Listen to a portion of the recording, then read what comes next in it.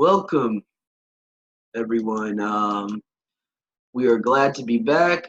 We had a minor hiatus of not being able to record, but we are back and we are going to be continuing our study of the book of Enoch today. We are already jumping forward to chapter 61.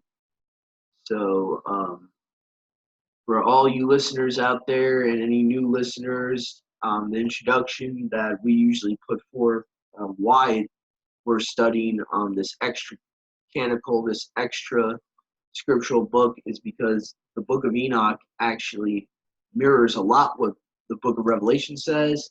Joel, a lot of the other prophetic books of the end times in the canon that you know as the canon scriptures of modern day.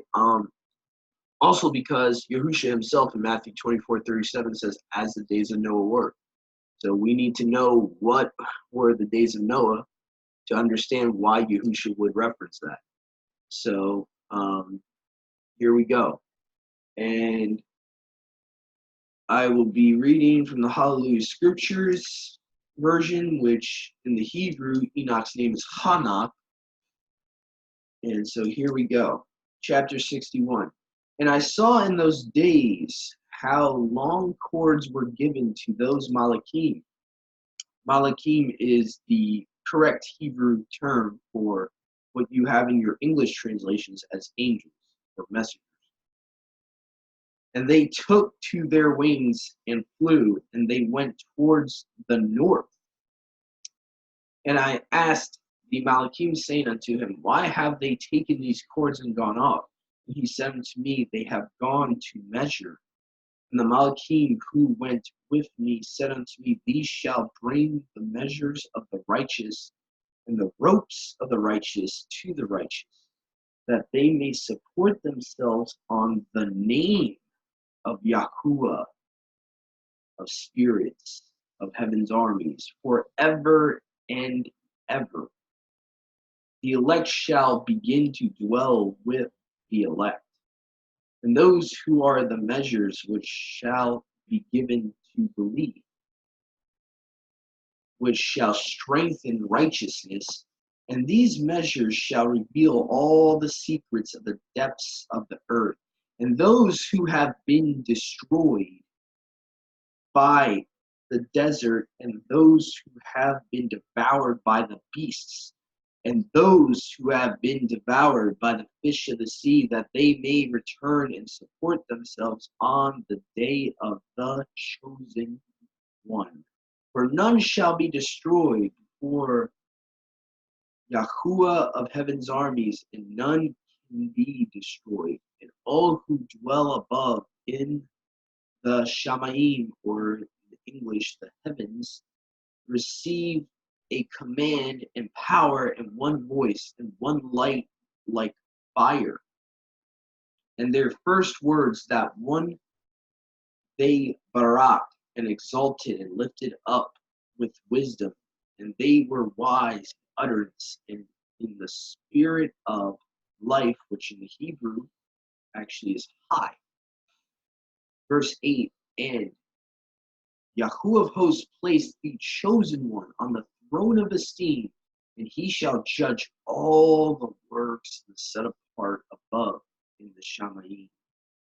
And in the balance shall their deeds be weighed, and when he shall lift up his face to judge their secret ways, according to the word of the name of Yahuwah of hosts, and their path according to the way of the righteous judgment of Yahuwah of heaven's armies. Then shall they all with one voice speak and barak and esteem and exalt and kadosh the name of Yahuwah of heaven's armies.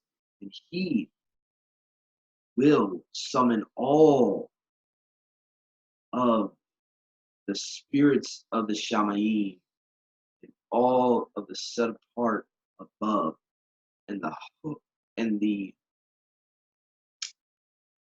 spirits of Yahuwah, the cherubim, seraphim, ophanim, and all the malachim of power, and all of the malachim of principalities, and the chosen one, and the other powers on the earth and over the water.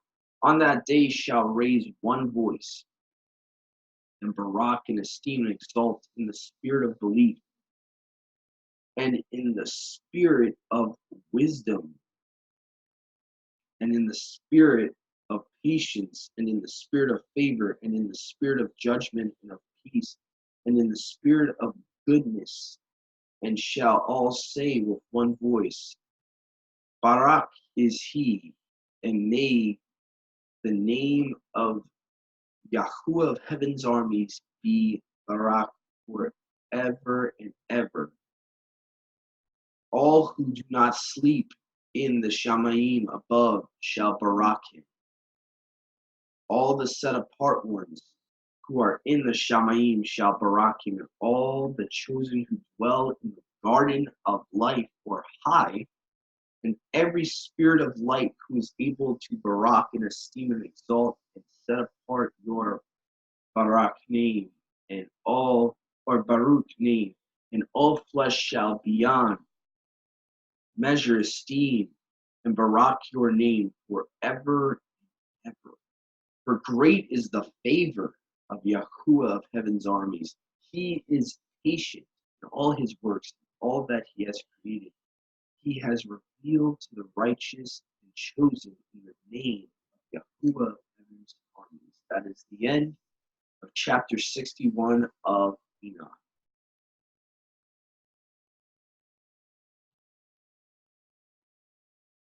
All right. Very good reading. Thank you. Try to put some emphasis on certain things.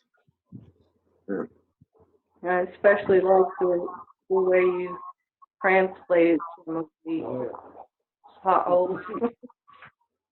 I got that idea actually from the New Living Translation, surprisingly enough. A lot of translations now, they take hosts and actually put heaven's armies, meaning talking about the Malachim. So like that phrase hosts is actually referring to, the luminaries in the Shamayim. So that's why, I guess that's why the New Living Translation put heaven's armies. So that's kind of what I go with now. Usually that or some version of that. It might even include the bride, perhaps. Something Dennis mentioned a minute ago.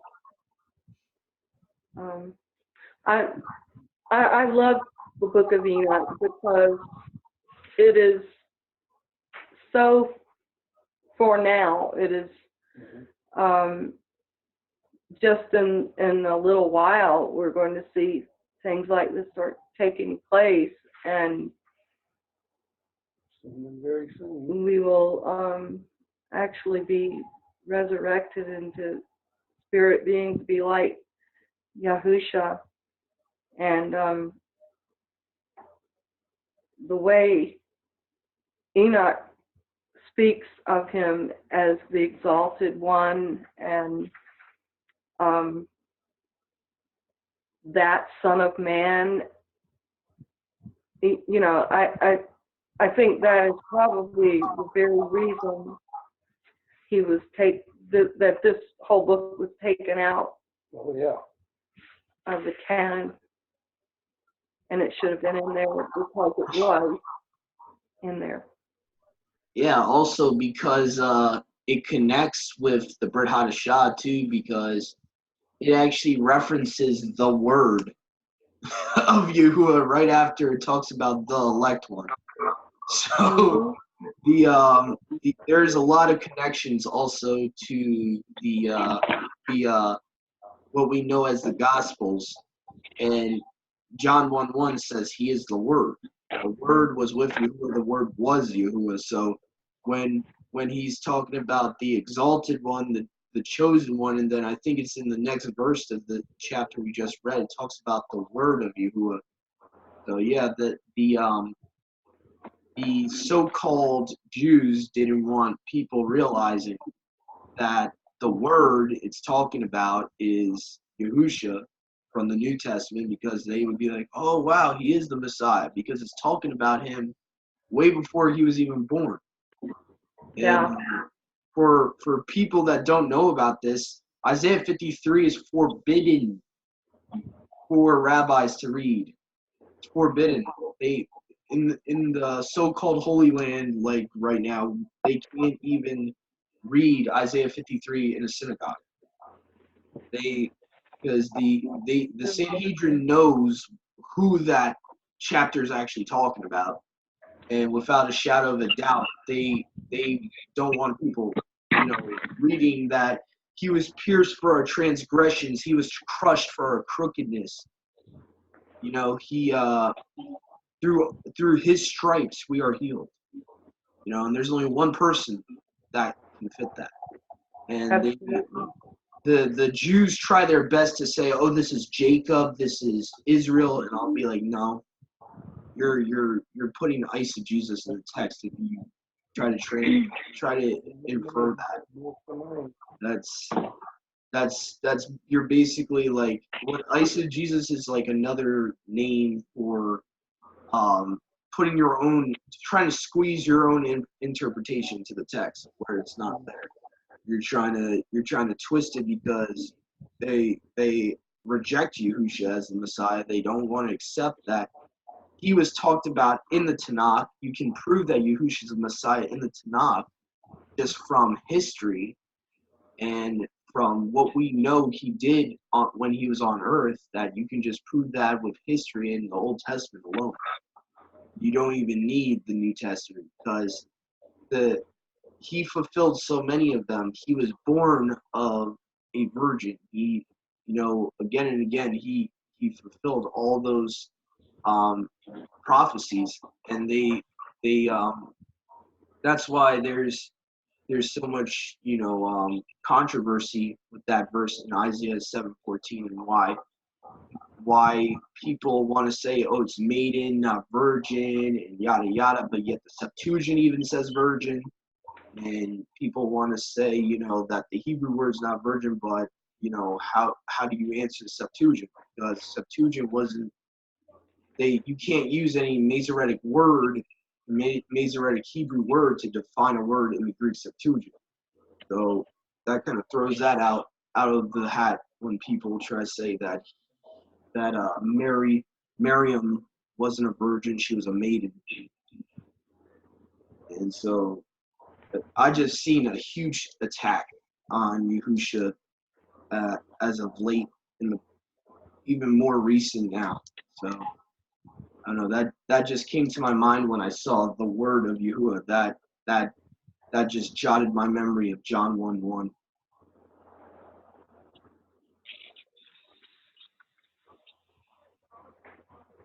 Wow.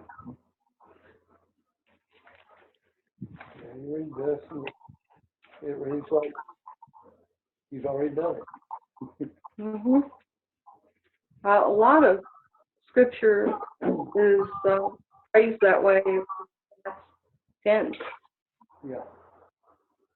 And Done deal already.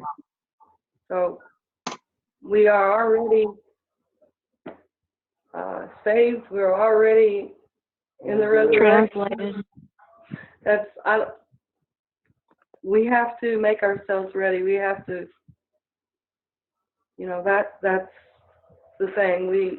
We are told that she has made herself ready, and it's a done deal. We just have to do it.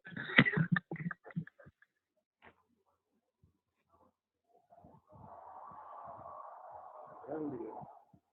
I like the way he writes as though it's already done. Yeah. Because that actually gives us encouragement that it will be done. That's right. Yeah.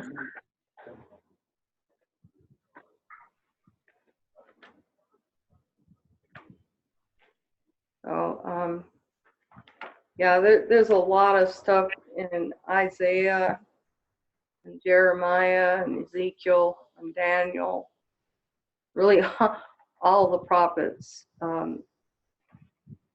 Joel, Habakkuk, Hosea, you name them, and it's got reference to Messiah and to the day of our resurrection and the day of Yahuwah when he destroys the wicked. That's told in great detail in the book of Joel. And even in Yeshayahu. And one of the most overlooked ones is in Micah chapter 5. Because not, even though verse 2 is like the most quoted one and the most well-known one, where it says, you know, he who comes to me is, his origins is from everlasting or eternity, and referring to Yahusha, that, you know, he was there in the beginning, basically, before time even existed. It says that his goings forth were from eternity. And so, but that whole chapter 2 is pretty much about his return.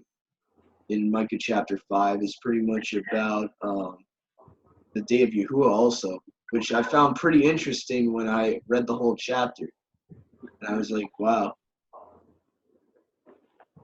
Because I always thought, like, in that Christian worldview, I always viewed, like, Micah 5 as, like, oh, that's what was happening back then. He's being prophesized of Yahusha being, you know, coming to the earth and, you know, being born, you know, taking on flesh and lowering himself to a human. So I always looked at that prophecy like one-dimensional, like, but not reading the whole chapter and being like, whoa, okay, some of this stuff is future.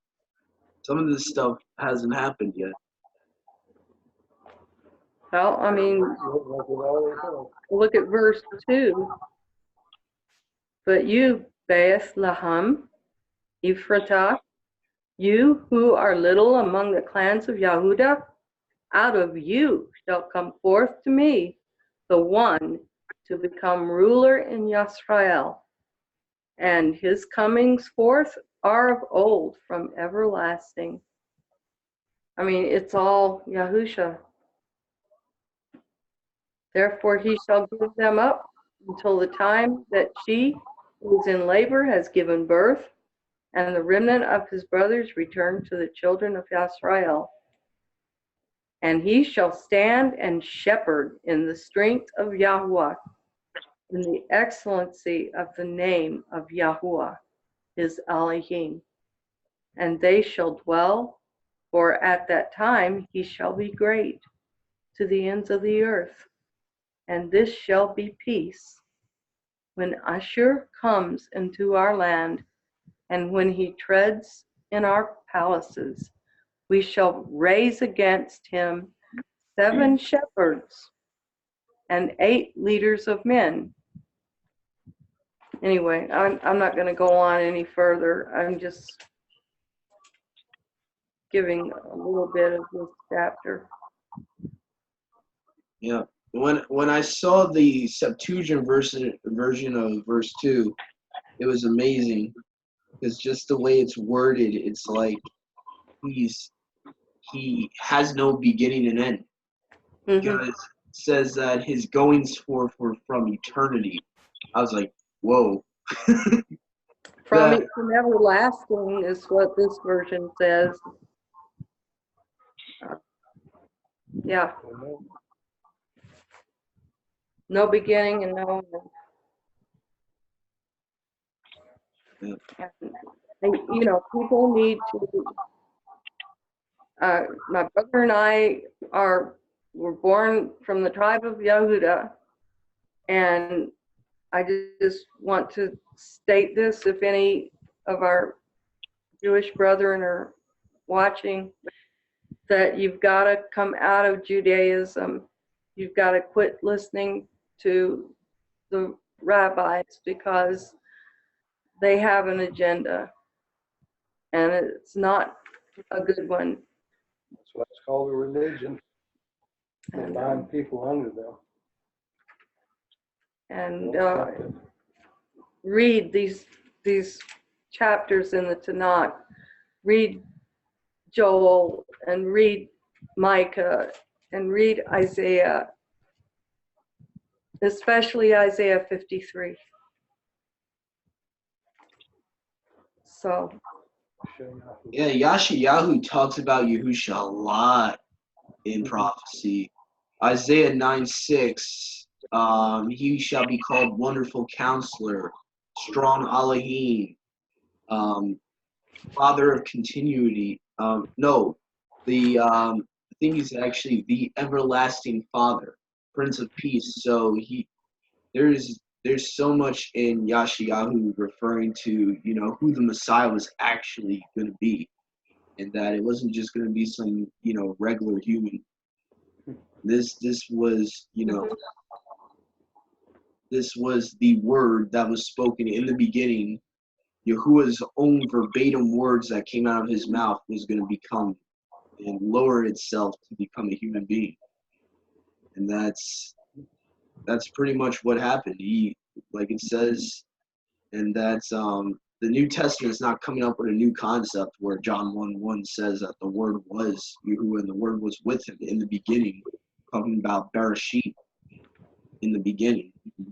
So he's that, and it even says, "Let us make man in our image." Us, you know, who's the us? Like, so, Yeah. I mean, I can't get over that when Jews, especially Jews that believe in the Torah, I'm like, who's us right there? It's obviously plural. It's not singular. And then it goes back to singular a couple of verses later, which is really confusing if you don't believe that Yahuwah has a son. Because it's saying, let us make man in our image. And then in the same chapter later on, I think it says, Yahuwah made man in his image. Male and female, he made them. So then it goes back to singular. So I would encourage people to read the Torah with a fresh set of eyes, especially read Genesis over again with a fresh set of eyes. I mean, there's the evidence is there. Micah 5:2, Isaiah 7:14, Isaiah 9:6. Genesis has one in 49 that talks about that he who a ruler shall not fail from Yahudah until he who comes is the expectation of nations, the Septuagint says. Masoretic text says Shiloh comes, but the Septuagint actually says he who comes, that is the expectation of nations. So again, it's referring to Yahusha coming from the loins of Yahudah, the person. And that's when Joseph is like prophesying over all of the patriarchs of the 12 tribes, Manasseh and all of them. And he prophesies over the person Yahudah and gives that prophecy.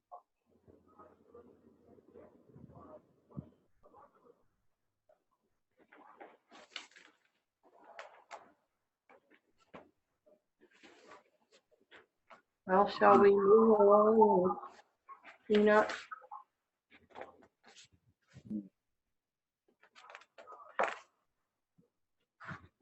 So who wants? Somebody would like to read chapter 62? You like it? No pressure. No pressure. Yeah, it's kind of dark over here. You need to get more in the light anyway. Chapter 62.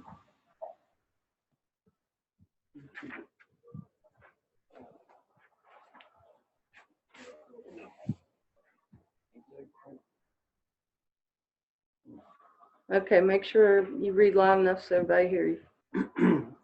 And thus the Master commanded the kings and the mighty and the exalted, and those who dwell on Haaretz thereof, and said, open your eyes and lift up your horns, if you are able to recognize the elect one.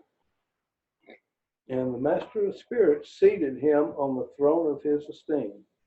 And the Spirit of righteousness was poured out upon him. And the word of his mouth slays all the sinners. And all the unrighteous are destroyed from before his face. And they shall stand up in that day, all the kings and the mighty, and the exalted, and those who hold the earth. And they shall see and recognize how he sits on the throne of his esteem. And righteousness is judged before him. And no lying word is spoken before him. Then shall pain come upon them as on a woman in travail. And she has pain in bringing forth when her child enters the mouth of the womb. And she has pain in bringing forth. And one portion of them shall look on the other. And they shall be terrified, and they shall be downcast of countenance. And pain shall seize them when they see the Son of Man sitting on the throne of his esteem. And the kings and the mighty and all who possess the earth shall rock and esteem and extol him who rules over all, who was hidden. For from the beginning the Son of Man was hidden, and the Most High preserved him in the presence of his might, and revealed him to the elect. And the assembly of the elect and set apart shall be shown. And all the elect shall stand before him on that day. And all the kings and the mighty and the exalted and those who rule the earth shall fall down before him on their faces and worship and set their hope upon the Son of Man and petition him and supplicate for mercy at his hands. Nevertheless, that Master of Spirits will so press them. Page here. That they shall hastily go forth from his presence, and their faces shall be filled with shame, and the darkness grow deeper on their faces. And he will deliver them to the messengers for punishment, to execute vengeance on them, because they have oppressed his children and his elect. And they shall be a spectacle for the righteous and for his elect. They shall rejoice over them, because the wrath of the Master of Spirits rests upon them. And his sword is drunk with their blood. And the righteous and elect shall be saved on that day. And they shall never thenceforward see the face of the sinners and unrighteous. And the Master of Spirits will abide over them. And with that Son of Man shall they eat, and lie down and rise up forever and ever. And the righteous and elect shall have risen from the earth, and cease to be of downcast countenance. And they shall have been clothed with garments of esteem. And these shall be the garments of life from the Master of Spirits. And the garments shall not grow old, nor your esteem pass away before the Master of Spirits. Oh. He will deliver them to the It's interesting how the Sefer, instead of putting Yahuwah's name, puts the master. That's kind of interesting. Well, yeah. Then here, but here they have the Lord of Spirits. Wow, that's weird. I'm kind of surprised that they didn't restore the name, especially since the Sefer restores his name for the canon stuff. That's a little weird. Yeah, I'm reading now the Charles. yeah. Oh, okay. I was about to say. I was like, I got a week.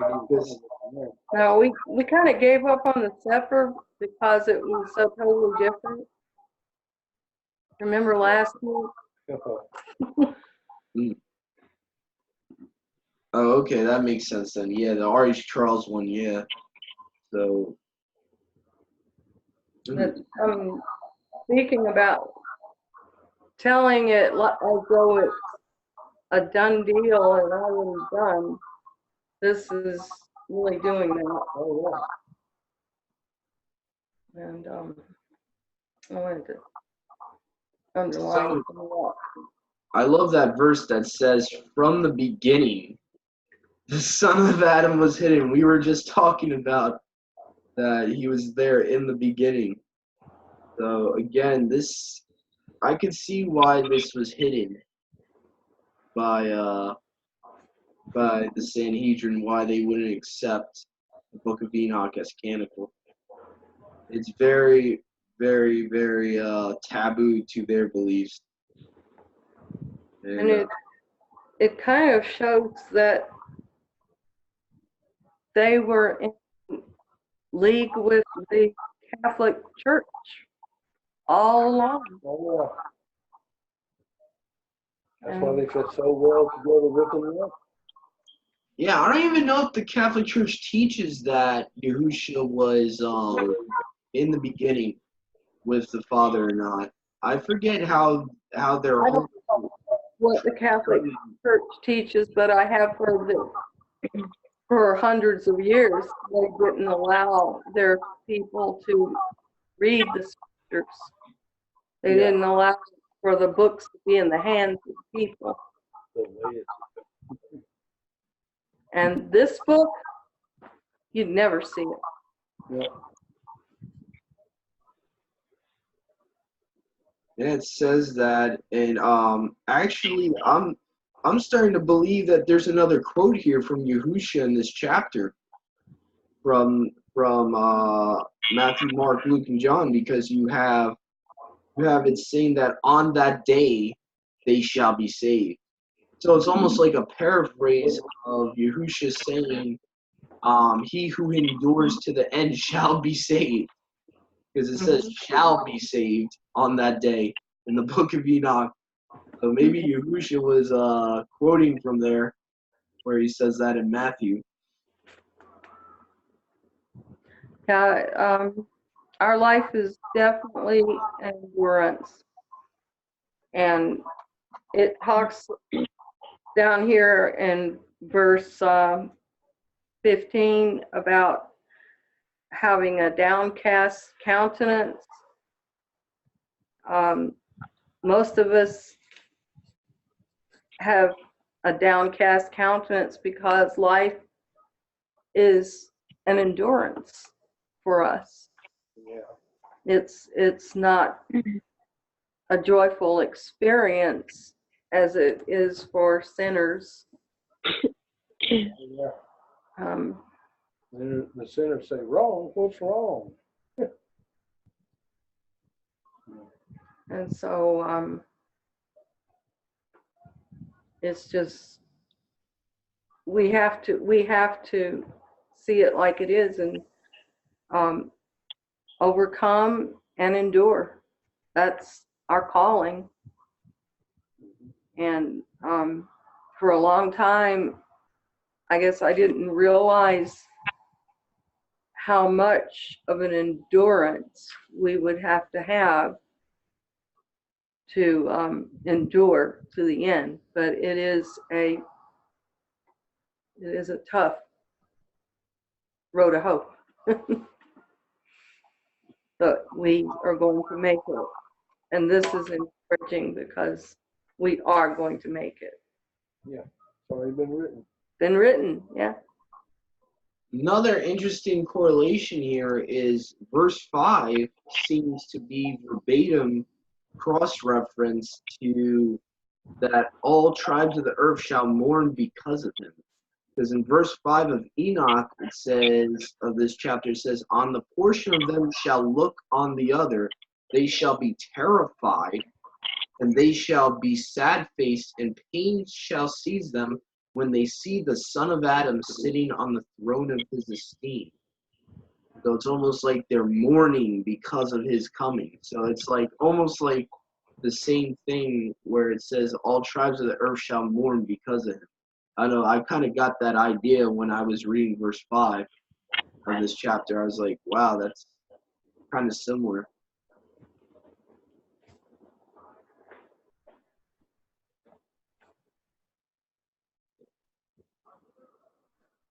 I know that it speaks of our Jewish brethren as mourning for him as though he were their only son.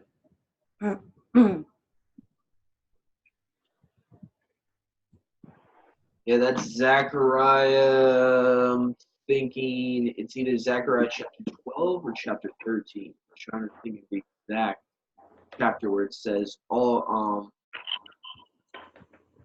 they whom have who have pierced me shall see me, and they shall mourn for me as a mother mourns for her only son or her only child." And that's in Zechariah, where it's talking about basically, Yahusha coming in the clouds, coming back, and the Yahudim, even the Romans, will see him and be like, "Wow!" They'll be like, basically, they'll have that epiphany, like that he is the Messiah. They'll be crying because of what they did to him. Yeah, it's Zechariah 12, verse 9. And it shall be in that day that I seek to destroy all the Gentiles that come against Jerusalem. And I shall pour on the house of Daud and on the inhabitants of Jerusalem a spirit of favor and prayers, and they shall look upon even whom they pierce, and they shall mourn for him as one mourns for his only son, and they shall be in bitterness over him as a bitterness over the firstborn. So, Jewish brothers and sisters, read this chapter of Zechariah, verse 9.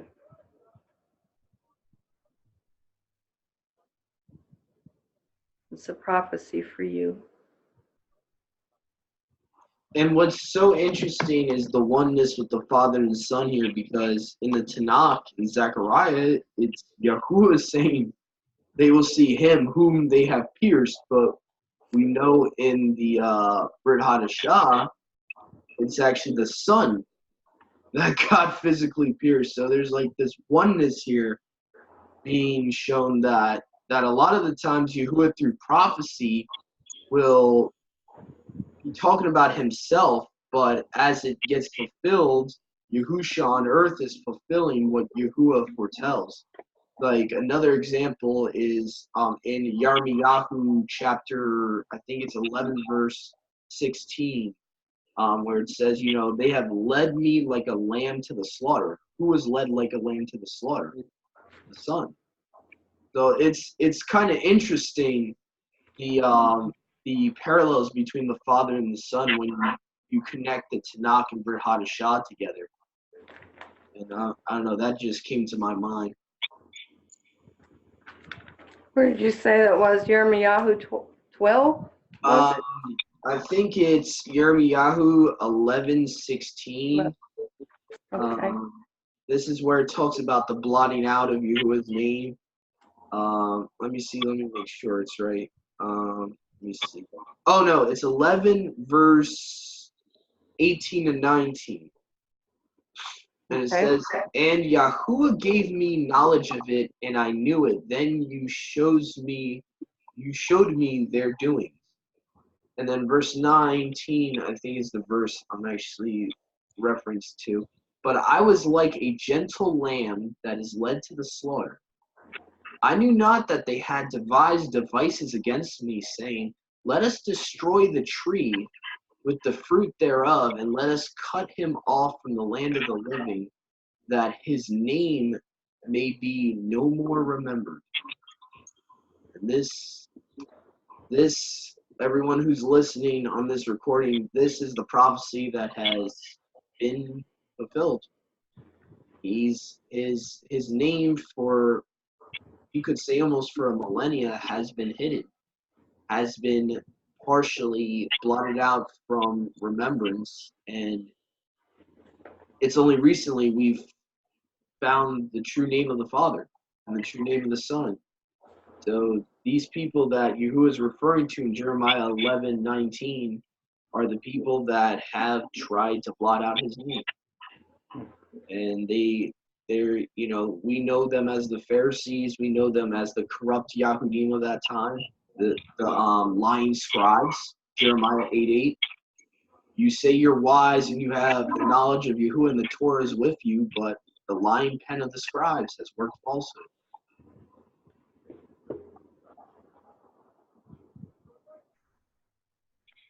Okay. All right. So, trying to think if there was anything else that caught my eye from what we just read. That was a really good verse. Yirmiyahu 11, verse 19. Look at 53, verse 7. Yeah, that whole chapter, Isaiah 53, is all about Yahusha. Oh, yeah. The done deal. Yeah, and that chapter is also famous for exposing the false image, because it talks about that he was, I think it's that same chapter where it talks about his appearance was nothing to be looked upon. Right. He wasn't all that. Like, no woman would be attracted to him. And I remember reading that chapter for the first time like 2 or 3 years ago. I was like, okay, yeah, something's going on here. If this is the appearance that he had, and they're trying to promote this image, and obviously he was not, he didn't have any attractiveness at all, and then you got this effeminate looking thing trying to be promoted as him. Yeah. And then Revelations just totally demolishes it, where it talks about his hair is white as wool, his eyes were a flame of fire, his feet were burned brass. I mean, it just totally demolishes that false image. And I remember reading Revelations for that chapter for the first time, and I was like, wow. And definitely it sounds like a guy that's angry. I mean, eyes of flame of fire. I was like, wow. He's not coming back to be all gentle and nice and, what we're told in the church. Oh, he wouldn't hurt a fly. Yes, they're grand delusion. But Yeah. They know who's going to be on his tomorrow. In 1 hour.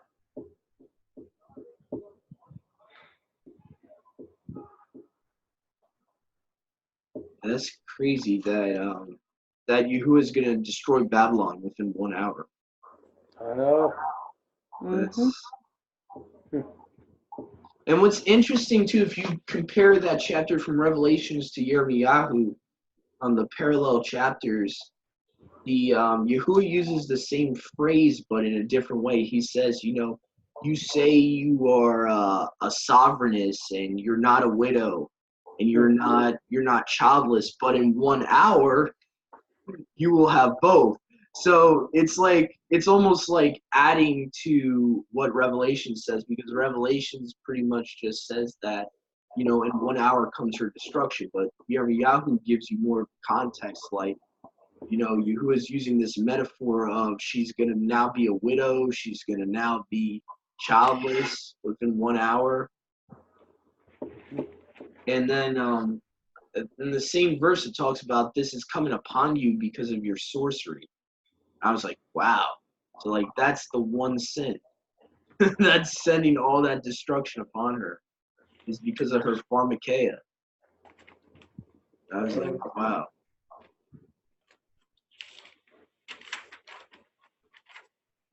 I think I know it's pretty far into Yirmiyahu, that parallel chapter. It's, I have a feeling it's like Yirmiyahu 48 that goes along with.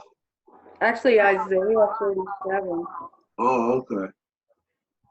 Because I know like the last couple of chapters of Yirmiyahu is the destruction of Babylon.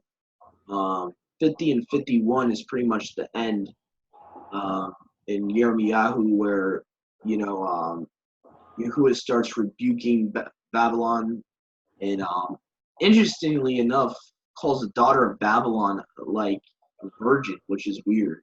But I guess it's like terminology that he's using. He's trying to degrade her, saying that he uses a lot of interesting terminology. He talks about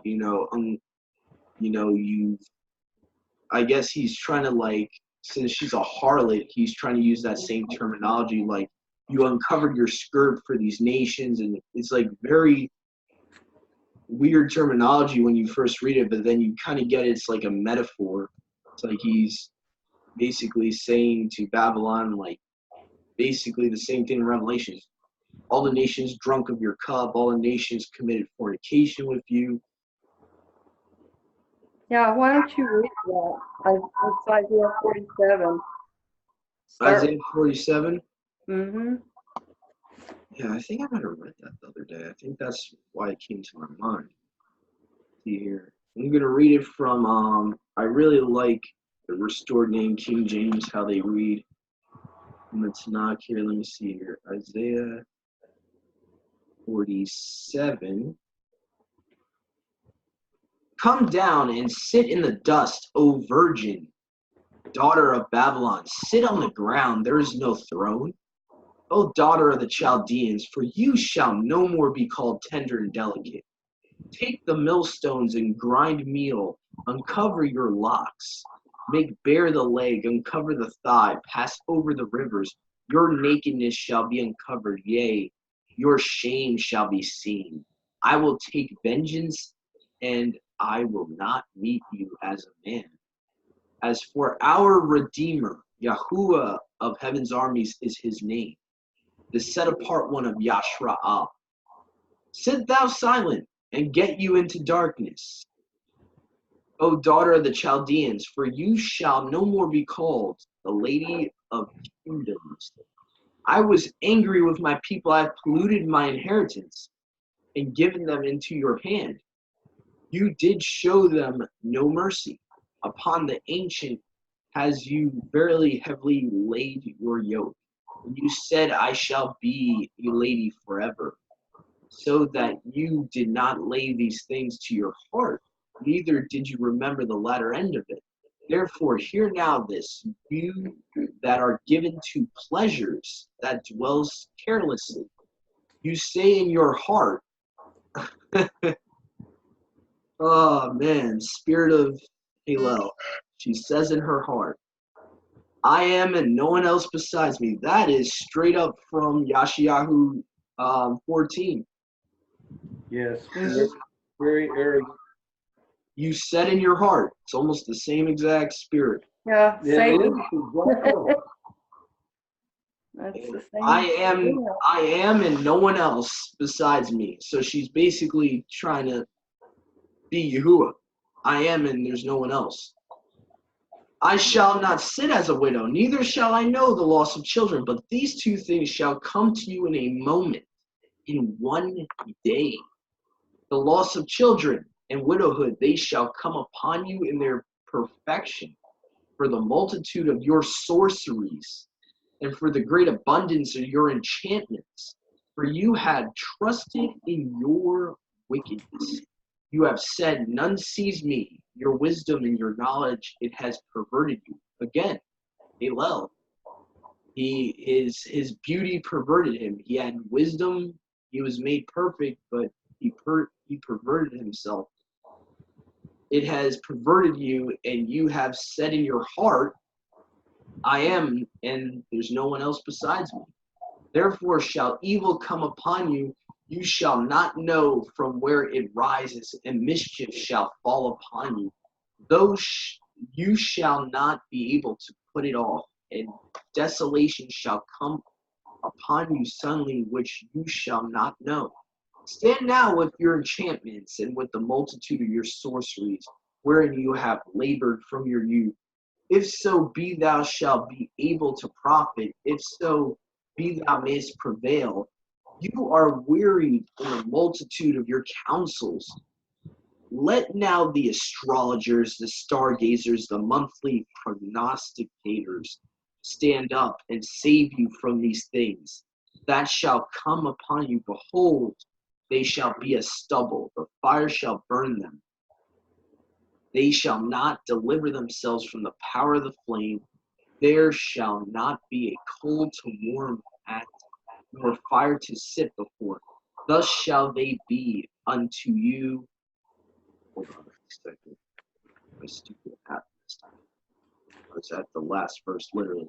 Thus shall they be unto you with whom you have labored, even your merchants from your youth. They shall wander every one to his quarter. None shall save you. Wow. Yep. So, So if anybody's in that system, that Catholic system, and it's not just Catholicism, but her daughters too. All of these Sunday keeping churches that refuse to keep his commandment. Yeah. the whole world is under her spell. Every religion is under the spell of Nimrod and his wife / mother. All of them have fallen under it. Non-believers are under it and they don't even realize it. They go around wearing stuff that is pretty much promoting that. Like a couple of years ago, I saw someone walking on the street, probably doesn't even know what he's wearing. He was wearing a t-shirt that had the pentagram on it, like a Baphomet t-shirt. Probably doesn't even know what that is because it's promoted heavily in music now. So people don't even understand like what that stuff is. So the spell of Babylon is on everyone. It's on the whole world. And Yeah, I understand that the pentagram is a symbol of engineering, perfection, that the devil usurped and used it as his symbol. yeah, it's also been known as like the Star of Semiramis, also, which is weird. Supposedly Nimrod's wife, that was her symbol. So the Freemasons always have the duality of the male and the female, and they, even though the stupid goat they worship is both. So they believe in, that's why that's so promoted in our society now, that we have to be tolerant to people that are transgender, because in their mythology, Satan's transgendered. Oh yeah. So that's pretty much why that's being heavily promoted with the whole Bruce Jenner and all this stuff. Why it's being shoved down children's throats. That you can't make fun of someone that's transgendered. Oh, if you work with someone that's transgendered, you can't tell them that's wrong. Yada yada yada. They made my mom sign a document at work a week ago. Like. My mom was telling me about it. I was like, yeah, your hospital can get me work for them. I would be gone after a day.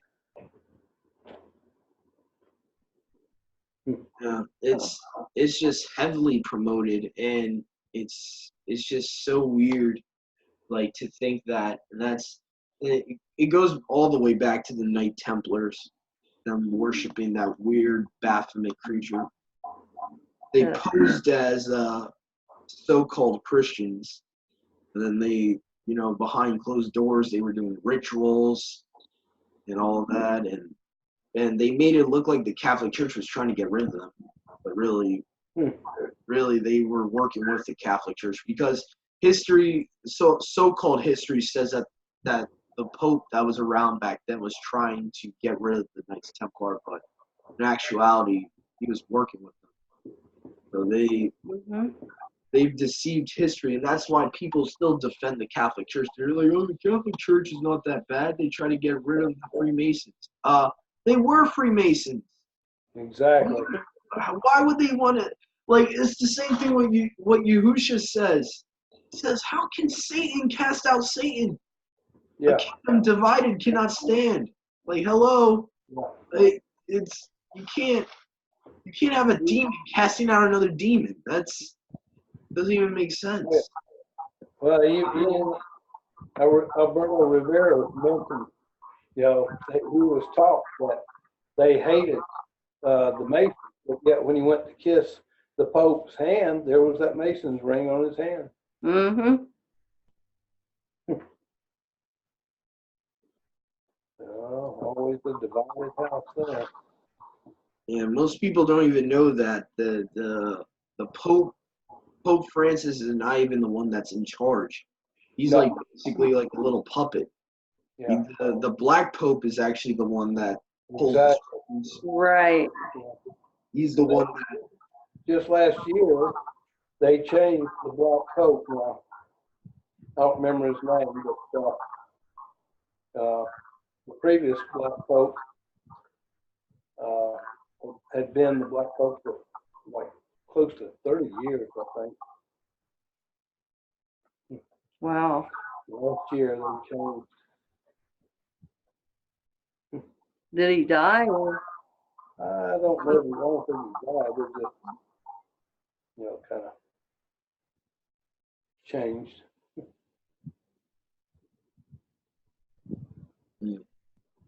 Yeah, I mean, yeah, just recently, Billy Graham passed away, Yeah.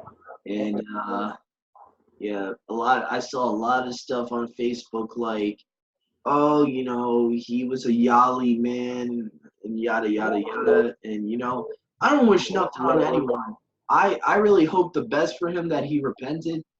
I really hope he repented and turned away from the whole Freemason stuff that he was involved with. But from what I know and from what I've seen like right there in the newspaper and stuff, he promoted ecumenicalism.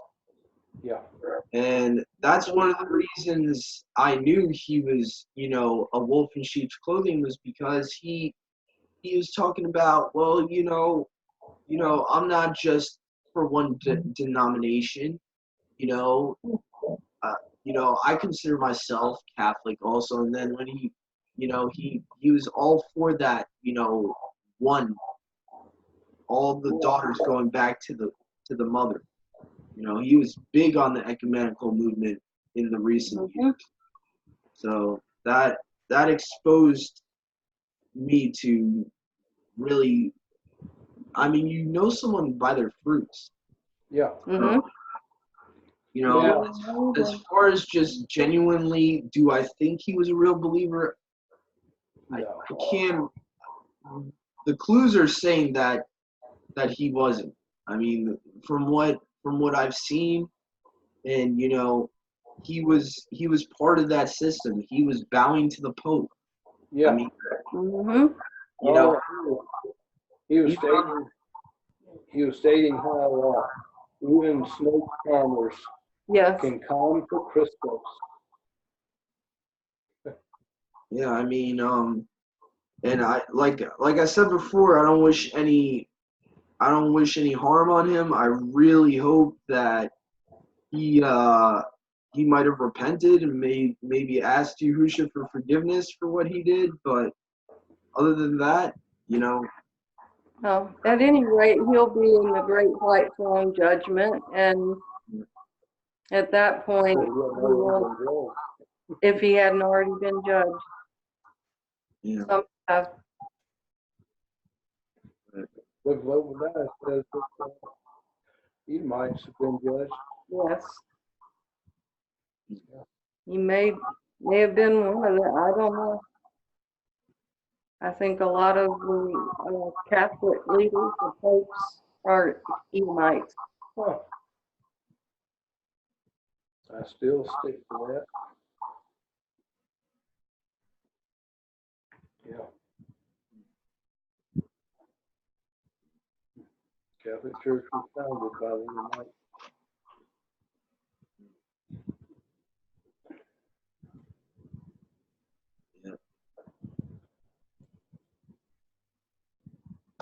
And that kind of got my attention when I mentioned it to Kirk. Oh, where'd you hear that? How do you know that? The Ruach. Of course, they don't know who you're talking about. Oh, yeah. Somebody who used to be in our former assembly. Yeah.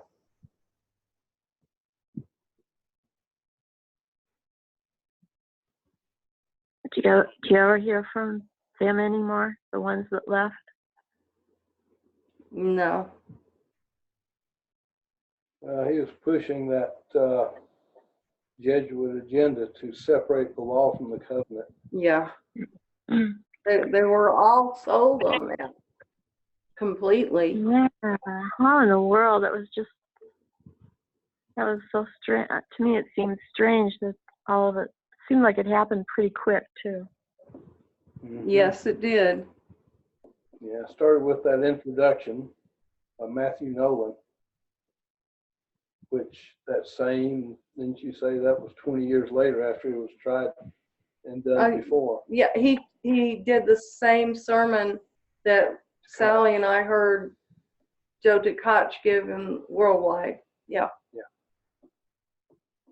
In 1995. Exactly.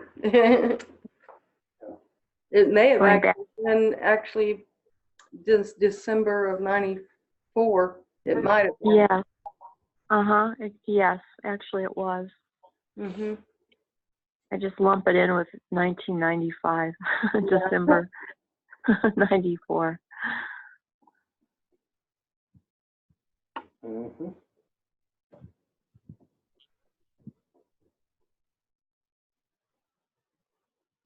And I even mentioned that to them, and it didn't make any difference. They still, it's like it's like I was speaking to a blank wall, because it's like they never understood what I was saying or never heard what I was saying. They simply stayed right on the same path and kept trying to push us into it, and we wouldn't go. I mentioned to them too that when Shaw mentioned, he said, I didn't know I was a sinner until I read the law. Mm-hmm. I mean, obviously the law is part of the covenant. How do you know what the covenant is unless you read the law?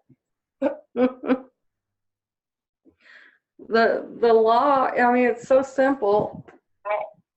The law is our part of the covenant. Yeah. You cannot separate it. No.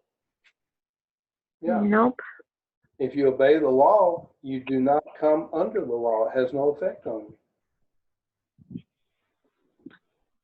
If you disobey it. It's simply our part. This is what we are to do. Exactly. A covenant is an agreement between two parties, and our part is to keep his law, and his part is to give us eternal life if we do. I mean, it's so simple. It is. A child could understand it. A little child could understand What does it say in Scripture? The whole purpose of man is to obey the law. Yeah, the whole purpose of man. And where is that? Ecclesiastes? Ecclesiastes 12:13. And I've always hoped, for King Solomon's sake, that this is the last book he ever wrote. I really hoped many times that he's repented, that he's realized what he did before he died, that I hope so. he messed up big time. Really. Yeah. See, that gives us a clue too. Even the smart man in the world can be stupid. Can do stupid things. Can do stupid things. Yeah. Yeah, here it is. Let us hear the conclusion of the entire matter. Yeah. Revere Elohim and guard his commandments, for this is for all mankind. The whole duty It's of not man. just for Jews. No. Jews and Christians. It's for everybody. You want to be in that paradise. You want to be here. Shemaim on Haaretz. You must obey the command. And what I find interesting to me is the consensus is always quoting Paul, right? Paul says we're not under the law anymore, right? Well, that would seem very contradictory, since Paul says in Hebrews 4:9, there remains therefore a rest to the people of Yahuwah. Mm-hmm. Now, that's general. To anyone that considers himself a child of the Creator, a person of the Father, they are to keep the Sabbath. That's what Paul's saying. So Yes. that really makes sense that he would say that there, but then you're going to insert a definition into under the law that means we don't have to keep the law. Because then Paul's flip-flopping there. If he's saying one thing where, oh, you're to keep the Sabbath, and I really like how the Aramaic New Testament actually translates that verse. It says, there remains therefore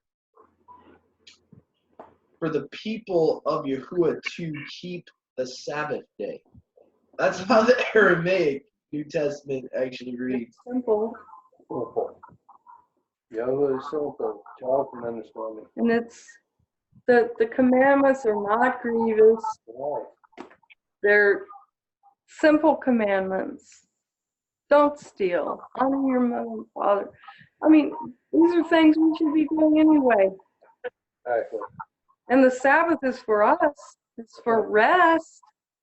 We work 6 days and then fly. We rest. The best way I could describe what the relationship should be is a human metaphor would be, are we gonna have our kids under our roof, in our household if they don't obey our rules? It's kind of the same thing. It's like, all right, you have a child, you house your child, you feed your child, you support them, but you at least expect them to do what you say. I mean, that's usually like the agreement to have your kid under your roof. So it should be the same thing. I mean, Yahuwah, as our Heavenly Father, wants us to obey Him. And, all we have to do in return for Him giving us a gift is pretty much doing what He tells us to do. It's the same thing with a father and his son or daughter. It's like, if you want to be under my roof, you got to obey my rules. And Yeah. that's the best way to describe it, I would think.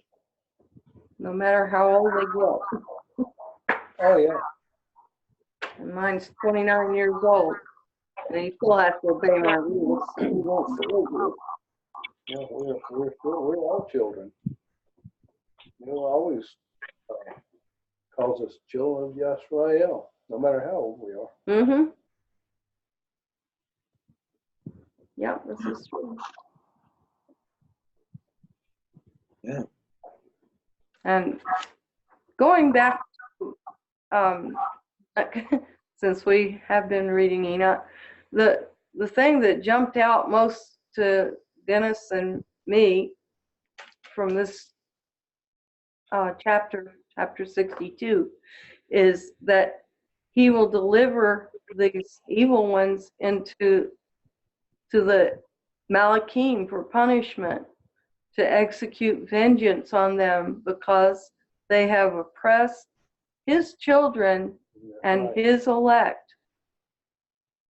And they shall be a spectacle for the righteous and for his elect. And I mean, people like Obama and Hillary and all those people have no idea where they're headed, evidently. I don't care. they either don't know or they don't care. I think they know. They just don't care. Yeah, they know. I would definitely think that they know because they're getting the knowledge from the fallen ones of what's really going on, and Yeah. they know what they believe is that they're gonna take over and they're gonna That's it. finish what Hillel and his 1/3 started when they rebelled against Yahuwah in the heavens. They think that they can finish that job and finish the job that Nimrod tried to start. Yeah. When you read the book of Jasher, it says that Nimrod was trying to kill Yahuwah, Yeah. trying to take over his throne. And so that's always the goal of Satan, Yeah. try to take Yahuwah's throne. And Translation is kind of vague, where it says, that Nimrod was a mighty one, mighty hunter before Yahuwah. And what that actually means was he wanted to kill Yahuwah. A mighty hunter against Yahweh. Exactly. yeah, he was according to the Septuagint, he was a hunter of giants. It says that he began to be a giant or Gibborim in the earth and Yeah. before Yahuwah, and he was a giant hunter, meaning he hunted other Nephilim.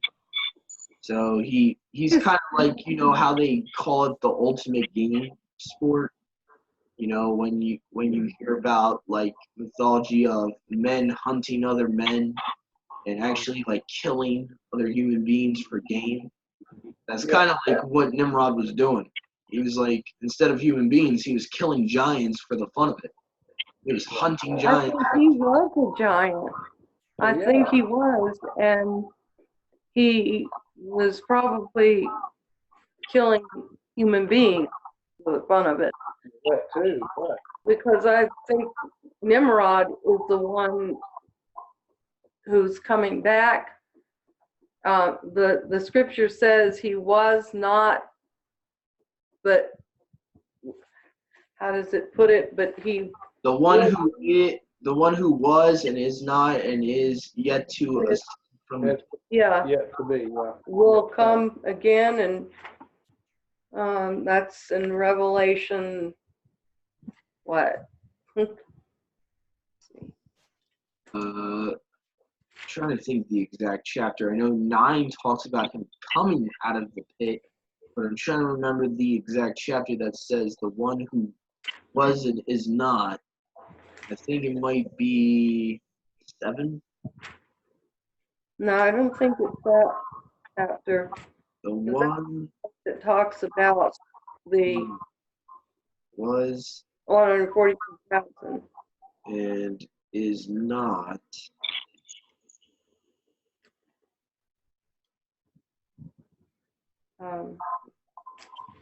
But basically what I'm saying, I agree with Rob Skiba when he says that Nimrod is going to be the beast, the man of sin that 2 Thessalonians talks about.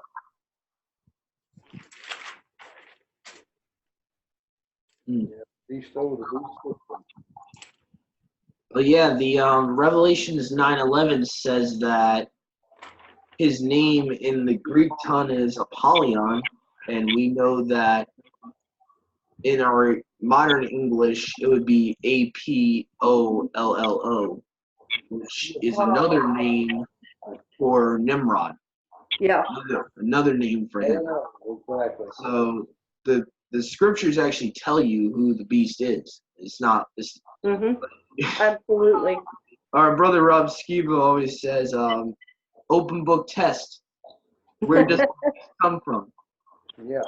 Is the beast coming from Kenya? No. Is the beast coming from Africa? No. Is he coming from the United Nations? No. He comes from the pit. And this is the one I was looking for, Revelation 17:11, where it says, the beast who, as for the beast that was and is not, it is the eighth, but it belongs to the seventh, and it goes to destruction. That's the ESV.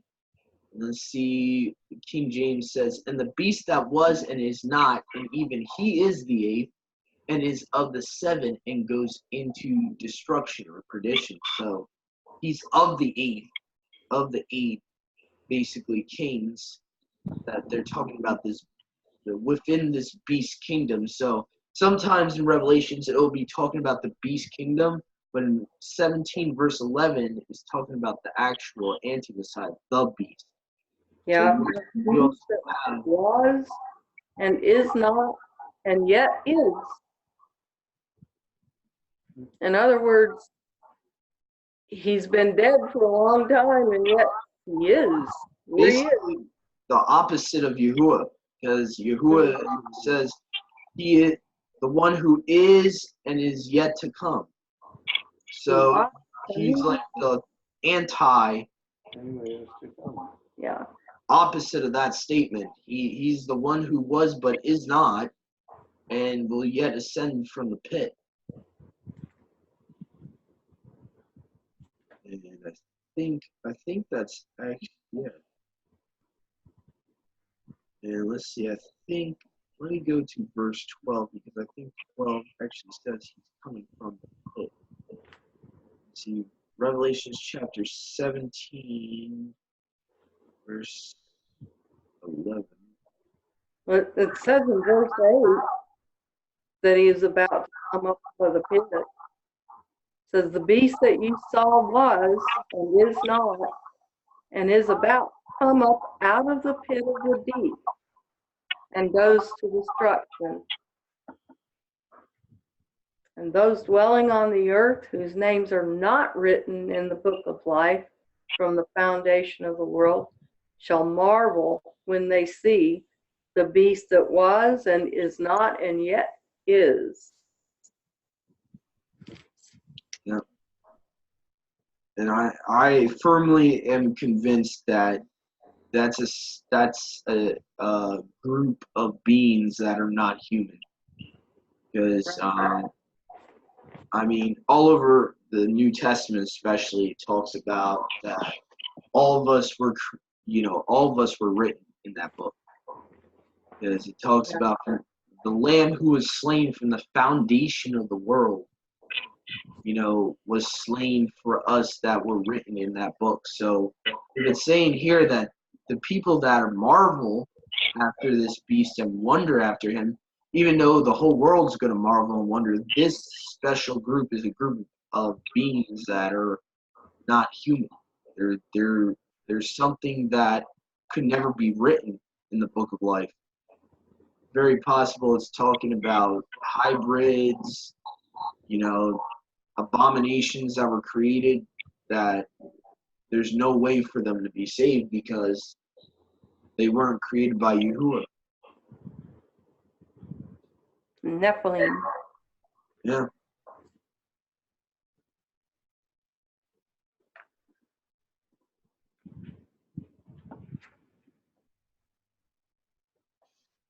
Well, shall we read chapter 63? Yeah. Let me get back here. Okay. Well, I'll read it. In those days shall the mighty and the kings who possess the earth implore him to grant them a little respite from the angels of punishment to whom they were delivered, that they might fall down and worship before Yahuwah of spirits and confess their sins before him. And they shall barak and magnify Yahuwah of spirits and say, Baruch is Yahuwah of spirits and Yahuwah of kings and Yahuwah of the mighty and Yahuwah of the rich and Yahuwah of esteem and Yahuwah of wisdom. And splendid in every secret thing is your power from generation to generation, and your esteem forever and ever. Deep are all your secrets and innumerable. and your righteousness is beyond reckoning. We have now learned that we should magnify and barak Yahuwah of kings, and him who is king over all kings. And they shall say, would that we had rest to magnify and give thanks and confess our faith before his esteem. And now we long for a little rest, but find it not. We follow hard upon and obtain it not. And light has vanished from before us, and darkness is our dwelling place forever and ever. For we have not believed before him, nor magnified the name of Yahuwah of spirits, nor magnified Yahuwah.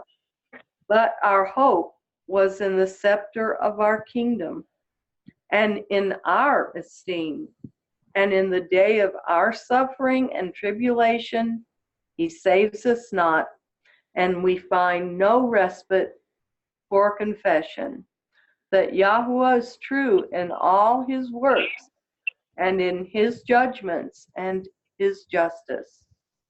And his judgments have no respect of persons, and we pass away from before his face on account of our works, and all of our sins are reckoned up in righteousness. Now they shall say unto themselves, our souls are full of unrighteous gain, but it does not prevent us from descending from the midst thereof into the burden of Sheol. And after that their faces shall be filled with darkness and shame before that Son of Man, and they shall be driven from his presence, and the sword shall abide before his face in their midst. Thus spoke Yahuwah of spirits. This is the ordinance and judgment with respect to the mighty and the kings and the exalted and those who possess the earth before Yahuwah of spirits.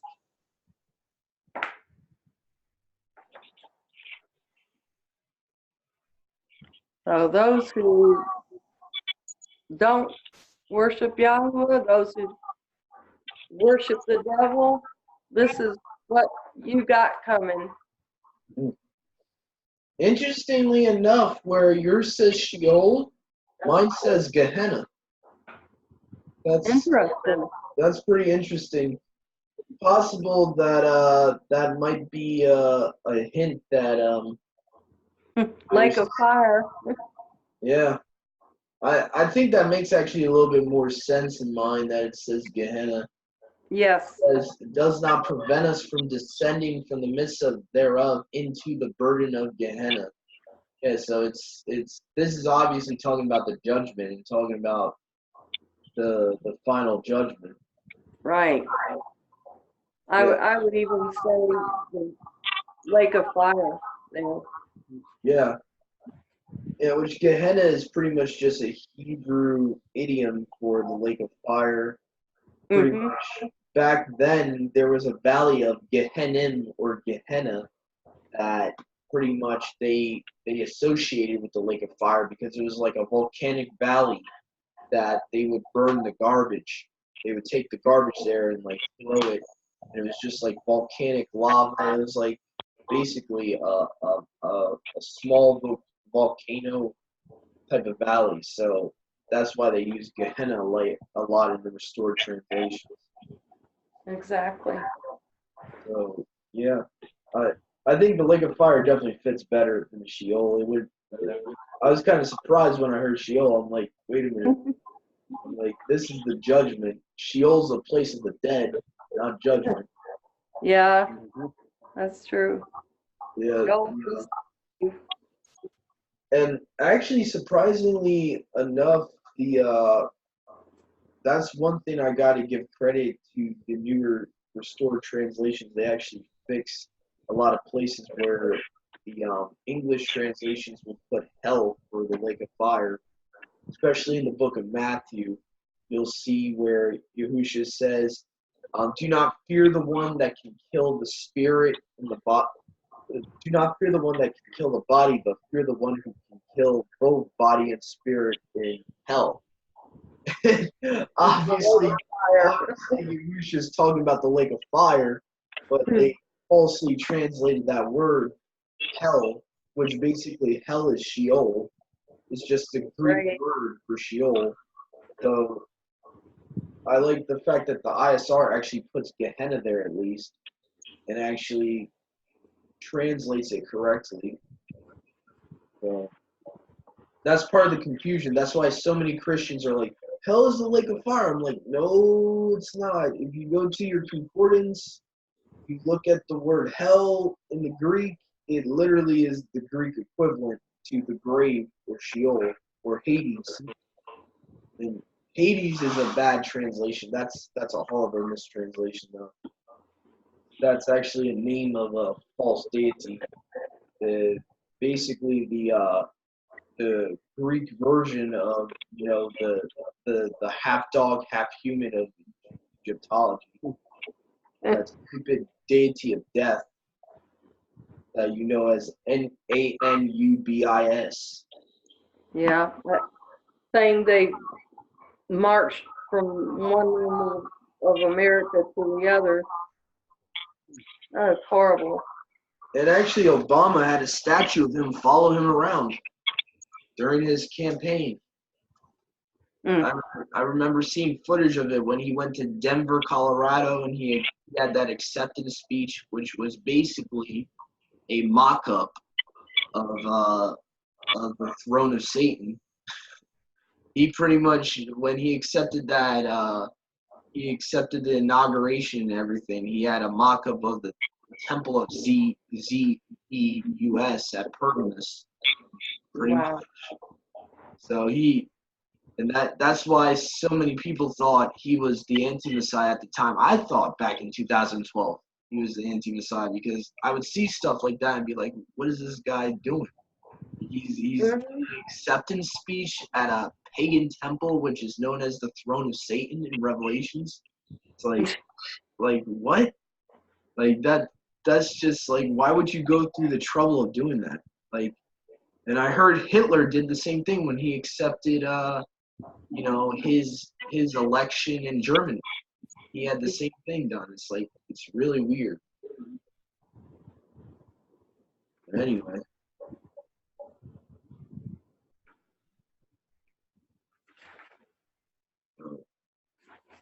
Here, so we just read 63 and 64 is really short if somebody wants to read it.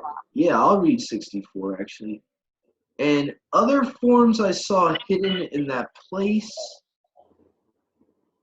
I heard the voice of the Malachim saying, these are the Malachim who descended to the earth and revealed what was hidden to the children of men and seduced the children of men into committing transgression. So basically, in a nutshell, he's saying these are the watchers who do not keep their own estate, which you can find in the book of Jude.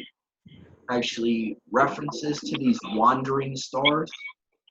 So that's one of the reasons too I found out what stars really are to those listening in on this recording, because you'll see stuff in Revelations chapter 1 that says the 7 stars of the 7 assemblies are the 7 Malachim. And you'll see Jude referring to wandering stars as luminaries that sinned with women. And we only know of one type of being that sinned with women was Malachim, was heavenly messengers that came down to earth. And so Jude is even telling you what stars really are.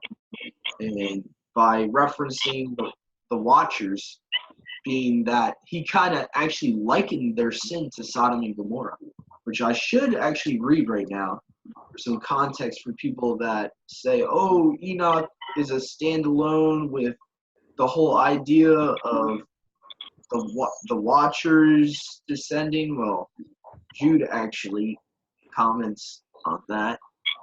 Let me see here. It says, I think it's 1:6 or 1:7 where Jude talks about. here we go. Jude 1:6. And the Malachim, which kept not their first estate, but left their own habitation, he has reserved in everlasting chains under darkness into the judgment of the great day. Even as Sodom and Gomorrah and the cities about them in like manner, giving themselves over to fornication and going after strange flesh, are set forth for an example, suffering the vengeance of eternal fire. So Jude is actually saying that he's literally, basically giving a second witness to the book of Enoch. He's saying, like, this is true.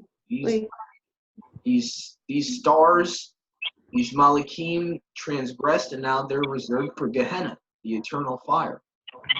And that's pretty much what he's saying here. And I think Peter also talks about it too. He talks about the Malachim that are reserved for judgment, that did not keep their first estate. So it's not just extra scriptural book that talks about this. The authors of scripture obviously, knew the truth about the sons of Yahuwah being Malachim. They never, even entertained the Sethite view that actually wasn't created until like the 1600s.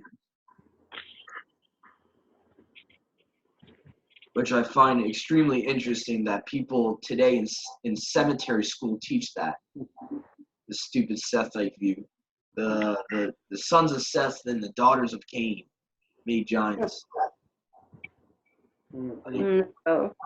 Like two human beings create a hybrid. Okay, that makes complete sense.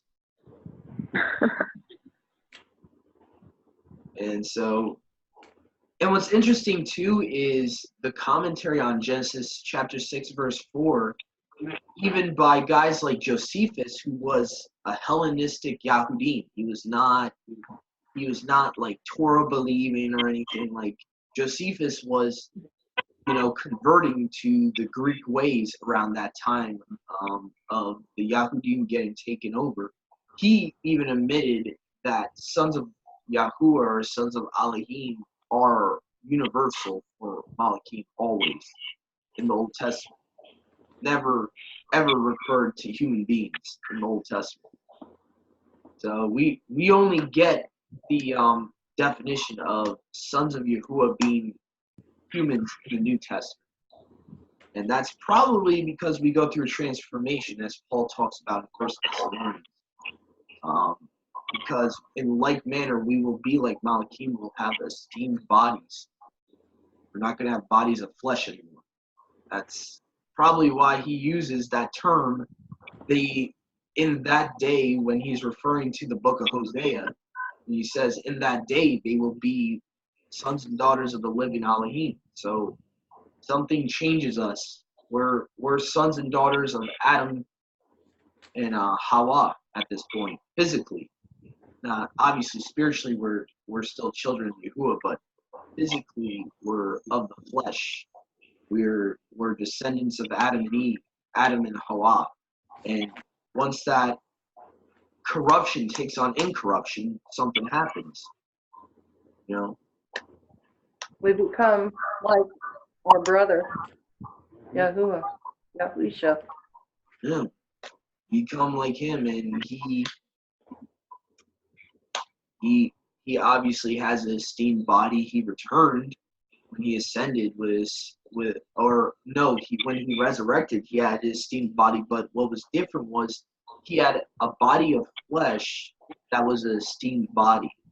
And I believe that was pretty much the only reason that I could see him having a body of flesh still with being resurrected is pretty much to, come before the disciples before he went up to the Father. That's the only reason I could see why that would happen, because if we really think about Yahuwah's pure image, it's light. I mean, scripture all over says Yahuwah is light. Like he most likely his image would be just pure light. and that's probably what Adam and Eve were made as. And what's funny is a perversion movie like the Noah movie actually shows Adam and Eve as like esteemed bodies of light before they sinned. So even Hollywood kind of gives you a little bit of truth in a movie like that. And they, even though they pervert it and they have it all Gnostic and everything, but I saw that one scene and I was like, online, someone was doing an expose about the Noah movie, and I was like, wow. So they actually show Adam and Eve not as like, having fleshy bodies like this, but they actually had like glowing, esteemed bodies before they sinned. So it was kind of interesting to see that. Mm-hmm.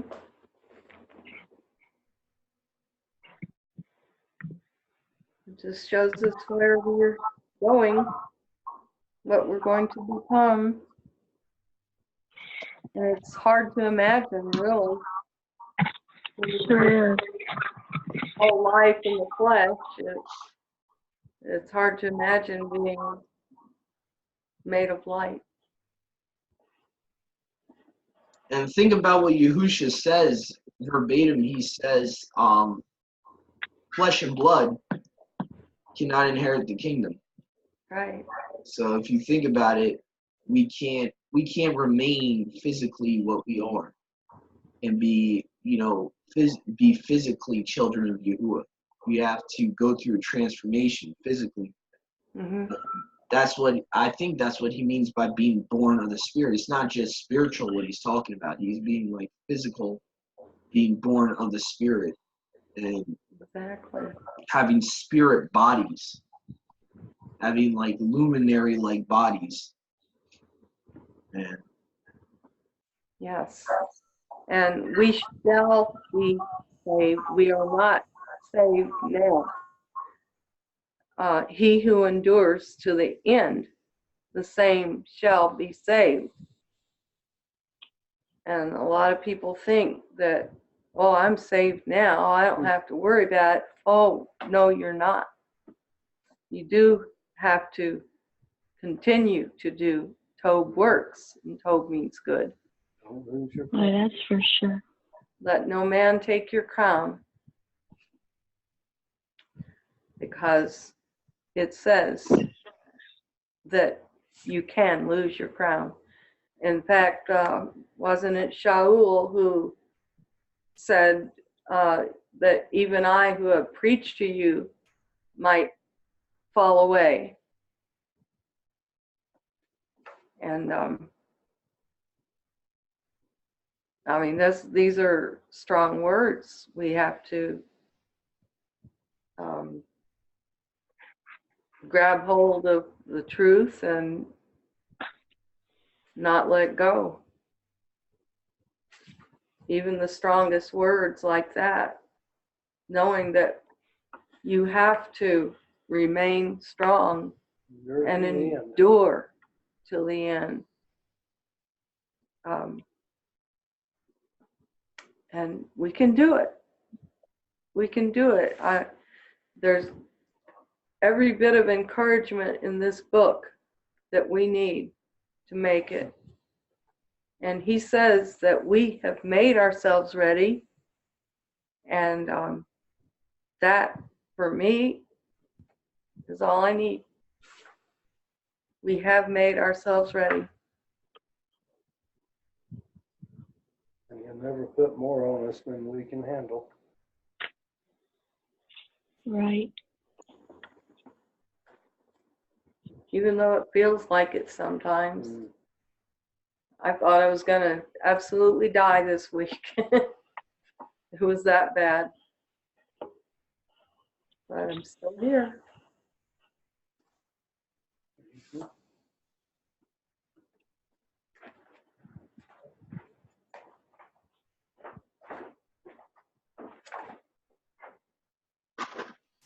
so I think we could end on that with on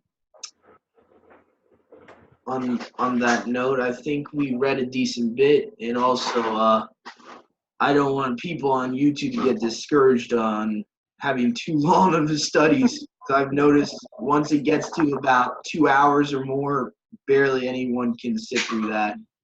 So I think this will be a good point to end this study for tonight.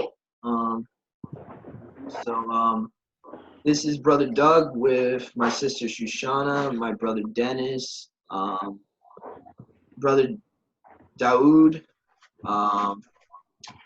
Sister Sally, and is this Brother Barry that's been with us?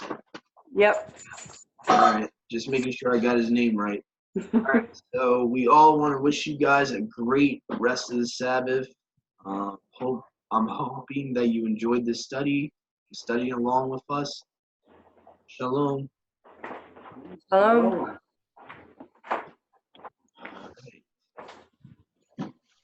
And